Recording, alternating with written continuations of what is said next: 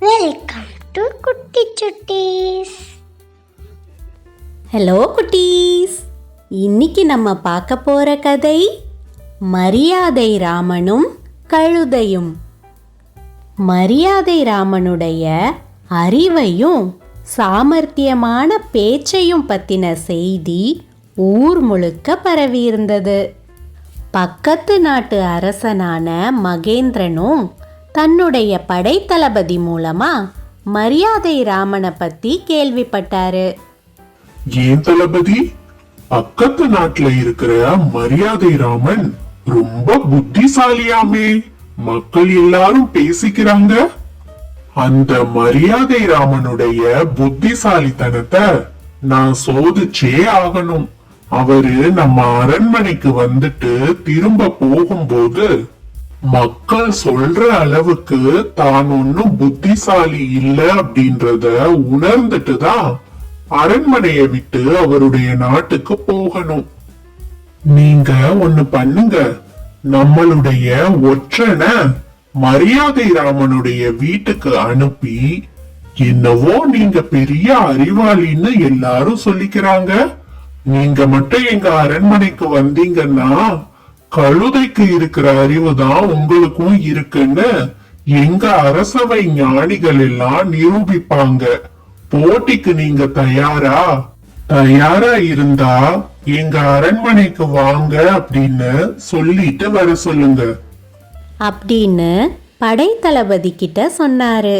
படைத்தளபதியும் ராஜா சொன்ன மாதிரியே ஒற்றன் கிட்ட சொல்லி மரியாதை ராமனுடைய வீட்டுக்கு அனுப்பி வச்சாரு.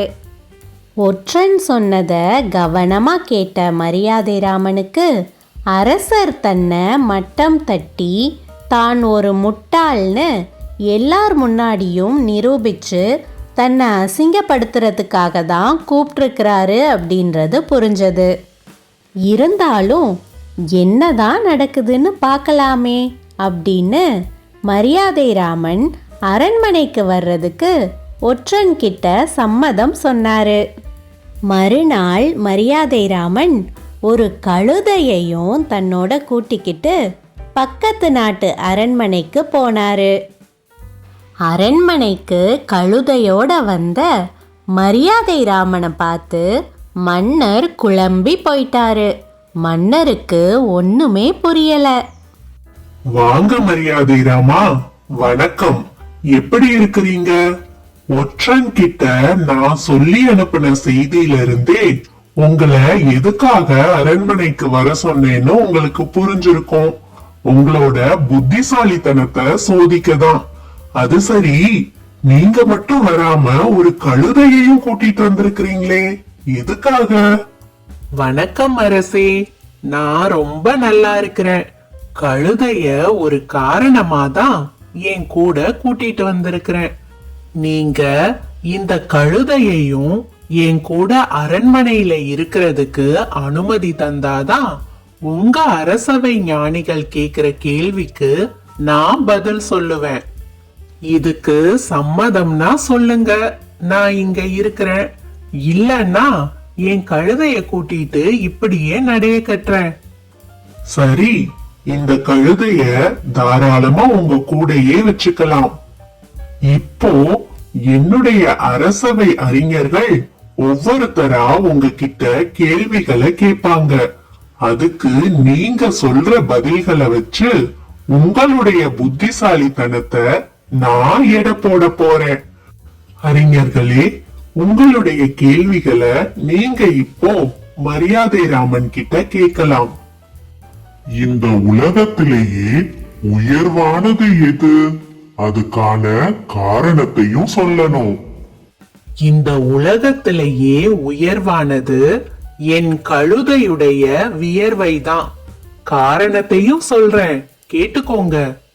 உலகத்தோட விதியையே மாற்றியமைக்கிறது ஒவ்வொரு மனிதனுடைய உழைப்பும் வியர்வையும் தான். ஆனா ஒவ்வொரு மனிதனும் தன்னுடைய சுயநலத்துக்காக உயர்வுக்காக வியர்வை சிந்தி உழைக்கிறான். ஆனா என் கழுதை அப்படி கிடையாது. சுயநலமே இல்லாம மற்றவங்களுக்காக உழைக்குது. இப்போ சொல்லுங்க, என் கழுதையுடைய வியர்வை தானே உலகத்திலேயே உயர்வானது. அப்படின்னு மரியாதை ராமன் சொன்ன விளக்கத்தை அந்த அறிஞரும் அரசரும் ஏத்துக்கிட்டாங்க. அடுத்ததா ஒரு முனிவர் 2வது கேள்வியை கேட்டாரு. இந்த உலகத்திலேயே யாரு மிகச்சிறந்த ஆட்சியாளர்? அதற்கான காரணமும் சொல்லணும். இந்த உலகத்திலேயே சிறந்த ஆட்சியாளர் என்னுடைய கழுதை தான். அதுக்கான காரணத்தையும் சொல்றேன். உலகத்துல இருக்கிற பெரிய ஆட்சியாளர்கள் எல்லாரும் மக்களை ஆட்சி செஞ்சு வேலை வாங்கி நல்ல ஆட்சியாளர்களா இருக்கிறாங்க. ஆனா என்னோட கழுதைய பொறுத்தவரைய தன்னைத்தானே ஆட்சி செய்யுது.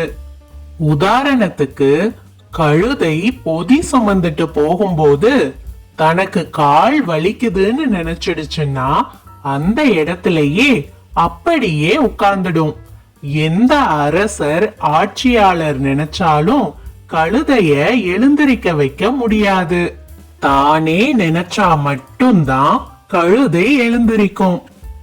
ஆக மற்றவங்களுடைய கட்டளைக்கு கட்டுப்படாம தன்னை தானே ஆட்சி செய்யற என்னோட கழுதை மட்டும்தான் உலகத்திலேயே சிறந்த ஆட்சியாளர்.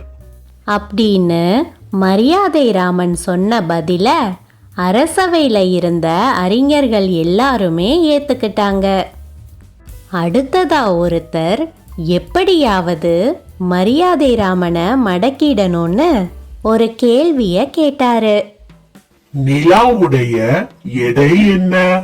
இதுக்கான பதில சரியா சொல்லுங்க பார்க்கலாம். இரவு நேரத்துல தெரிகிற என் கழுதையின் நிழலோட எடைதான் நிலாவுடைய எடையும். எங்க உங்க கழுதையுடைய நிழல எடை போட்டு காட்டுங்க பார்க்கலாம்.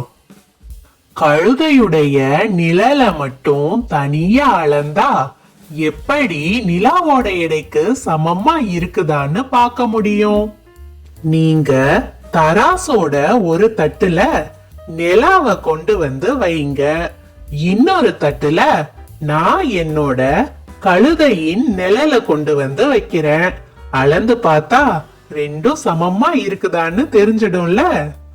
இந்த கேள்வியில மரியாதை ராமனை எப்படியாவது தோற்கடிச்சிடலான்னு நினைச்ச அரசர் உட்பட எல்லாருமே மரியாதை ராமனுடைய புத்திசாலித்தனமான பதிலை கேட்டு ஆச்சரியப்பட்டு போய் நின்னாங்க.